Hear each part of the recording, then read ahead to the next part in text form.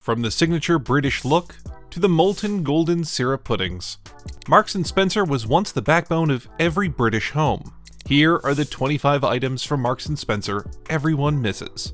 Starting with the high-value clothes that became a lifelong signature for the British bloke. The Lambswool V-Neck. The St. Michael Lambswool jumper was the Sunday uniform for every dad in the country. It was 100% British wool, scratchy enough to draw blood, and virtually indestructible. You'd wear it over a stiff shirt for 20 years without a single thread coming loose. It cost about £6 in 1975, a serious investment that felt like it would last a lifetime. Stay pressed trousers. Stay pressed trousers were a polyester miracle. You could wash them in a twin tub and hang them out, but that front crease stayed sharp enough to cut cheese.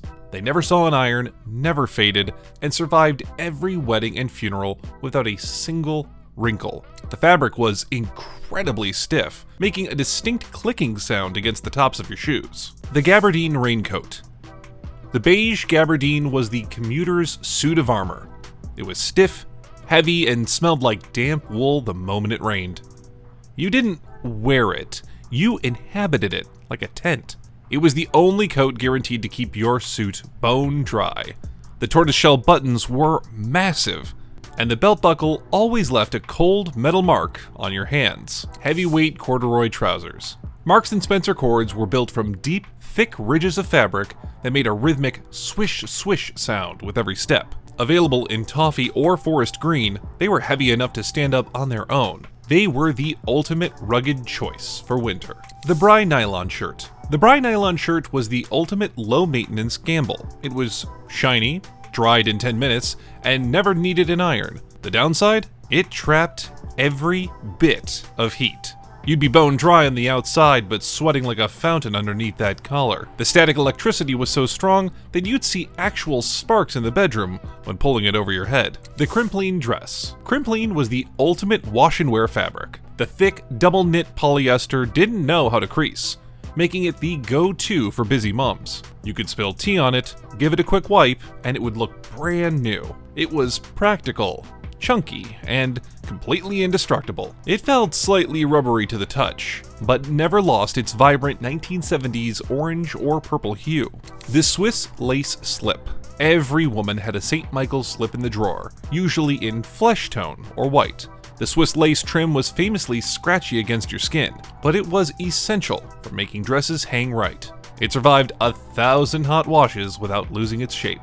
Barely black tights. Marks & Spencer tights didn't come in fancy eggs. They lived in flat, square cardboard envelopes. Barely black was the shade that went with everything. They were thick enough to actually last an entire evening out without a ladder ruining your confidence before the main course. The Pussy Bow silk blouse. The Pussy Bow blouse was the 1970s power suit for the office. Made from high-quality St. Michael's silk or polyester, that floppy necktie added a bit of class to a plain skirt. It was professional, feminine, and sat in every working woman's wardrobe.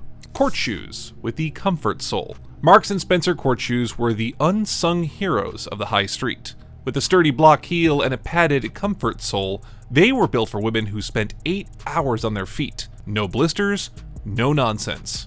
Just reliable black leather that polished up like new. While the adults dressed for work, the kids were busy outgrowing their uniforms. The growth room blazer. This blazer was a heavy polyester wool suit of armor. Moms bought them 2 sizes too big, leaving you swimming in the sleeves for 3 years. With extra long hems hidden inside, they were designed to be let down every summer as you inevitably shot up. Terraline school skirts. The knife pleat skirt was a miracle of 1970s engineering.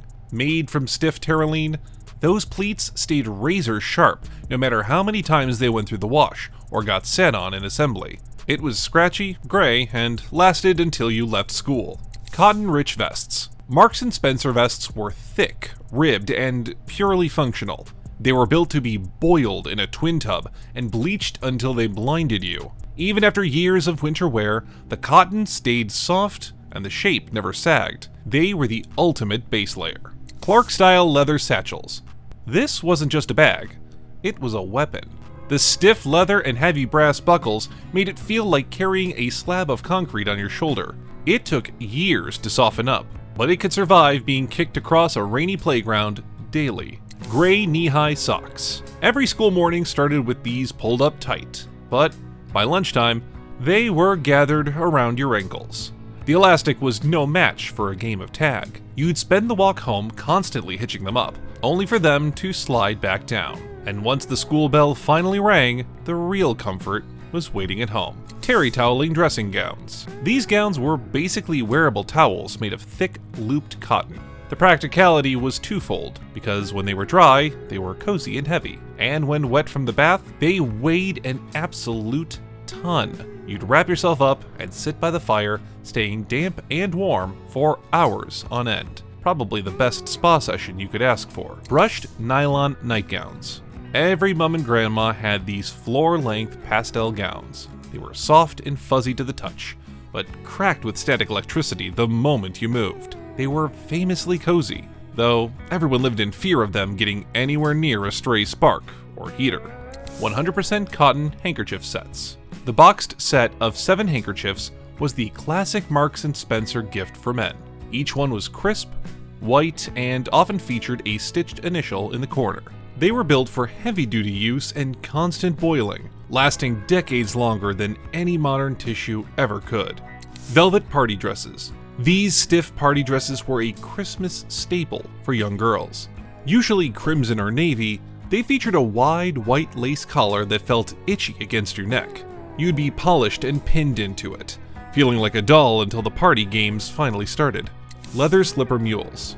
Granddad's Marks & Spencer slippers were serious business. They had a hard leather sole that clicked onto the lino and a thick sheepskin lining that eventually wore down into the shape of his toes. They were sturdy enough for a quick trip to the coal bunker and back. With the wardrobe complete, there were real hidden treasures for the kitchen too.